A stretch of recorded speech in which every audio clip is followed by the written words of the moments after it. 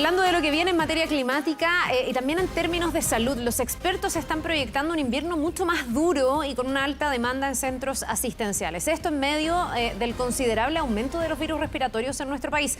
Vamos a todos los detalles con Pamela Araya a esta hora de la mañana. ¿Cómo estás, Pame? Buen día.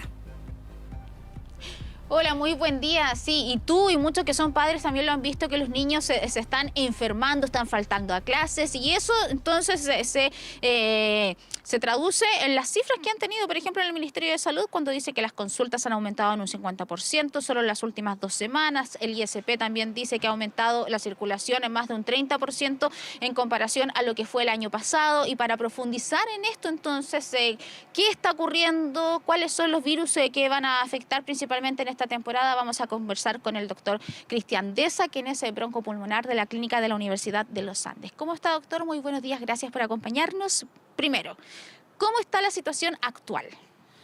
Hola, buenos días. Mira, la situación actual efectivamente es que había un aumento significativo en las últimas semanas de la consulta por enfermedades respiratorias, tanto en niños como con nosotros los broncopulmonares adultos, que vemos a los papás de los niños enfermos. Eso es una cosa, digamos, bien evidente y clara, digamos, en nuestra práctica de todos los días.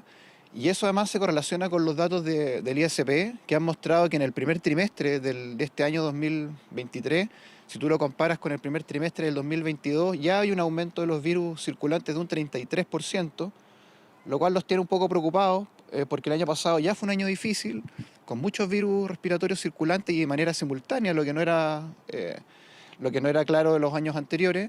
Y este año prevemos de que la situación puede ser igual o incluso un poco peor, digamos, en los meses que vienen. ¿Cuáles son los virus que ya están presentes? Porque muchos son estacionales, se están adelantando, pero los que están predominando ahora. Los que están predominando en este momento principalmente es el virus de la influenza, tanto el tipo A como el tipo B, el adenovirus, y yo diría que un par de escalones más abajo el metaneumovirus y el virus del SARS-CoV-2, que también ha tenido algunos aumentos desde que los niños entraron a clase. Esos son los que predominan actualmente. ¿Qué pasa con el sincicial? El virus sincicial todavía está, digamos, circulando bajo en el ambiente y prevemos que va a aumentar. Siempre el virus sincicial en los años prepandemia era un virus que aumentaba en mayo, en junio. El año pasado fue un poco atípico porque circularon todos simultáneamente, pero prevemos un aumento en las próximas semanas muy probablemente. Antes de preguntarle por cuáles son los virus que están circulando, usted me decía que la situación iba a ser bien compleja. ¿A qué se debe eso? Porque el año pasado ya fue compleja. Estaban las urgencias colapsadas, sistema público, sistema privado.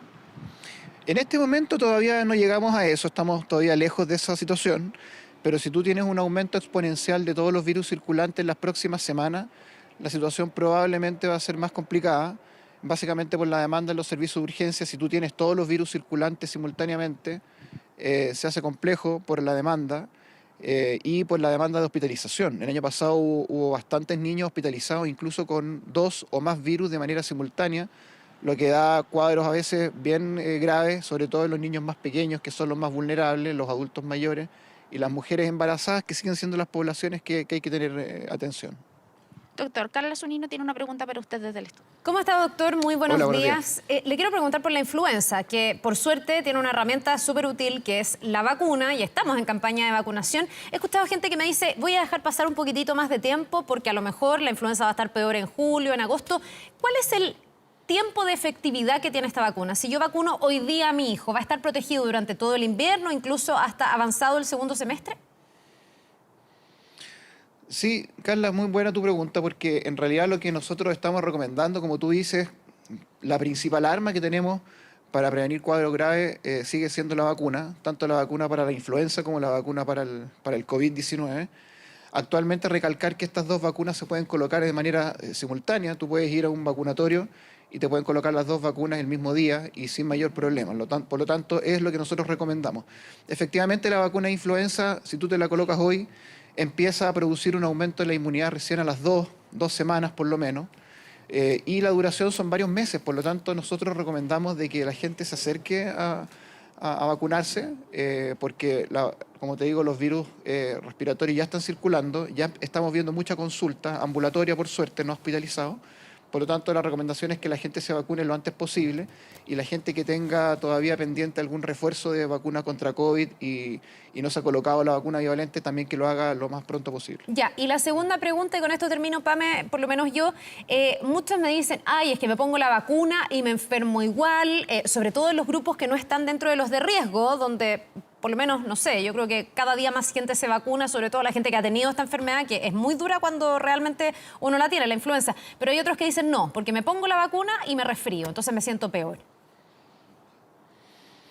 Bueno, yo creo que hay que recordar que las vacunas siempre, históricamente, han tenido algunos efectos adversos que la gente a veces los puede confundir como que se enferman, ¿verdad? Si tú te vacunas puedes tener algunos síntomas, puedes tener fiebre, malestar general, cefalea, etcétera. Esos son los efectos adversos que se reportan por las propias vacunas.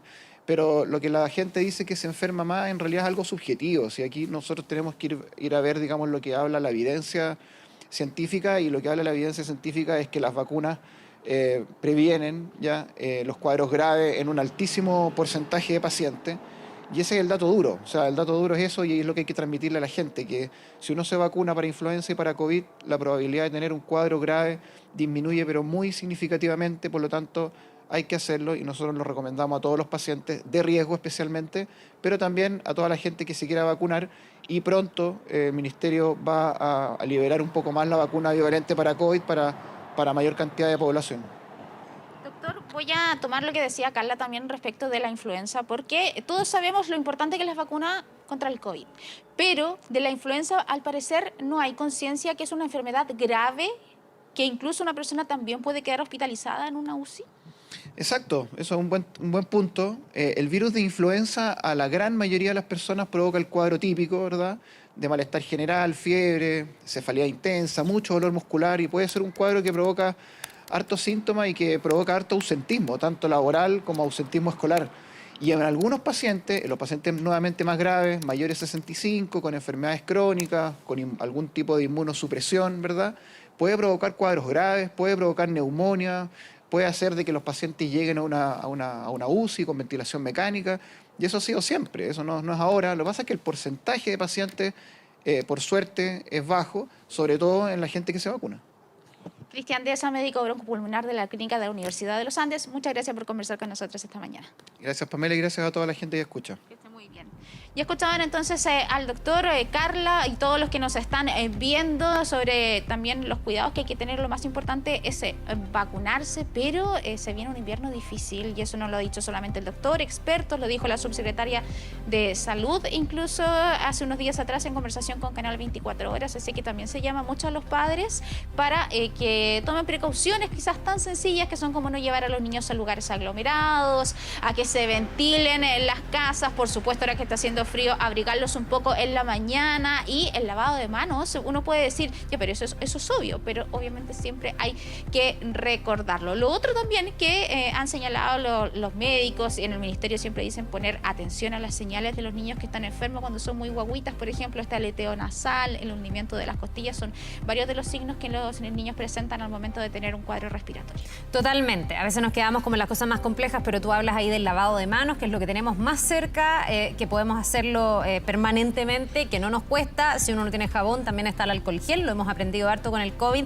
Así que volver como a esas recomendaciones básicas y, por supuesto, también atender a este llamado de vacunación en el caso de los virus que tienen vacuna y en el caso de los que no, preocuparse muchísimo a esos síntomas de alerta como el virus sincicial, que para los niños puede ser mortal. Gracias, Pame, a ti, al doctor también, que tengan ambos un muy buen día.